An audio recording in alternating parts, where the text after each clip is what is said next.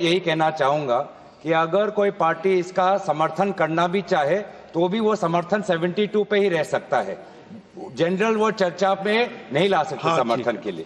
मैं सर ये दो जो कानून है, constitutional amendment 129 constitutional amendment act और the bill to further amend government of union territories act 63, national capital territories 91, Jammu Kashmir reorganisation act 2019, ये दोनों कानून संविधान और नागरिकों के वोट देने के जो उनकी संवैधानिक अधिकार है उस पर आक्रमण है और इसका हम पुरजोर विरोध करते हैं। विरोध का आधार ये है कि इस सबसे पहले 82(5) में चुनाव आयोग को जो यहाँ पे ताकत दी गई है कि चुनाव आयोग आज राष्ट्रपति को अपना एक निर्णय दे सकते हैं कि कब निर्वाचन हो सकता है। ये कभी भी इससे पहले चुनाव आयोग की ऐसी ताकत भारत के संविधान के निर्माताओं ने नहीं बनाया है। चुनाव आयोग की क्या सीमाएं हैं वो आर्टिकल 324 में है, जहां पर इलेक्शन कमीशन को बस कैसे सुपरवाइज करना चाहिए, कंट्रोल करना चाहिए, इलेक्शन रोल कैसे बनाना चाहिए, वहीं तक ही चुनाव आयोग की क्षमताओं का सीमा बनाया है। लेकिन इस संविधान ने चुनाव आयोग को असंवैधानिक गैर कानूनी ताकत दी है। राष्ट्रपति अगर कोई परामर्श लेते हैं तो सिर्फ काउंसिल ऑफ मिनिस्टर से परामर्श लेते हैं, वो कभी भी वो चुनाव आयोग से परामर्श नहीं लेते हैं। ये एक गैर संवैधानिक इन्होंने एक ढांचा बनाया है।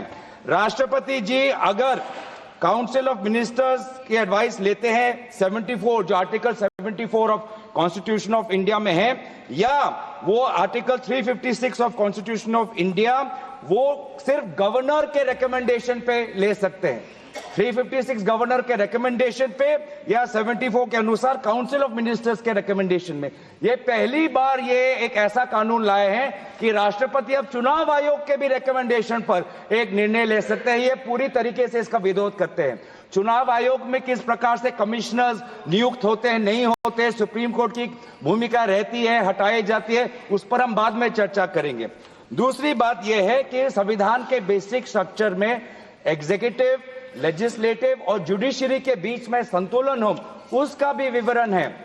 आज इस बिल के द्वारा आदरणीय राष्ट्रपति जी को ज्यादा शक्ति दिया गया है कि वो अपने सुपरिंटेंडेंट से एक नए 82A के द्वारा अब वो विधानसभाओं को भंग कर सकती है। ये एक्सेसिव पावर इस बिल में चुनाव आयोग को भी दिया गया है और राष्ट्रपति जी को भी दिया गया है। और यहाँ पे जो मुद्दा उठाया है कि ये कि चुनाव आयोग का ये जो खर्च है कम करना चाहते हैं, चुनाव आयोग के खुद उन्होंने कबूल किया है कि 2014 की चुनाव आयोग में कितना पैसा खर्च हुआ, लगभग 3700 करोड़। ये 3700 करोड़ के लिए ऐसा एक गैर संवैधानिक कानून ये लाए हैं, ये पूरी तरीके से तथ्य के खिलाफ है।